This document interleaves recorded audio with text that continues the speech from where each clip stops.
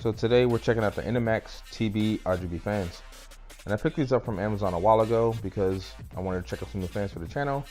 And I mean, the RGB, come on, you guys know how I do. They come available in a triple or a 6-pack. Inside the box you get an IR remote to control the lighting effects, brightness, color, and fan speed, which comes in very good handy when you have an older build with a motherboard with no RGB header.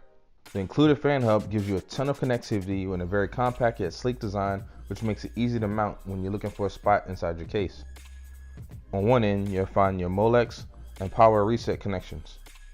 And even though they only come in a 3 or a 6-pack, the hub gives you connectivity for up to 8 fans, plus 2 RGB LED strips. On the other end, you'll find your IR and motherboard connectors.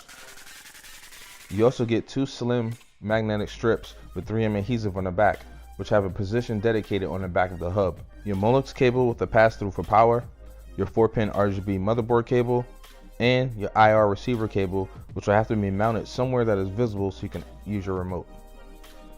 Taking a closer look at the actual fans gives you a clean, unique, and awesome vibe, as it has a diffuse ring that goes all the way around the perimeter and covers the 3 RGB rings in total, which I have yet to see on any other fan.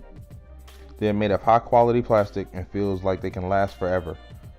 They're very strong and they have a removable fan blade, which allows for very easy cleaning.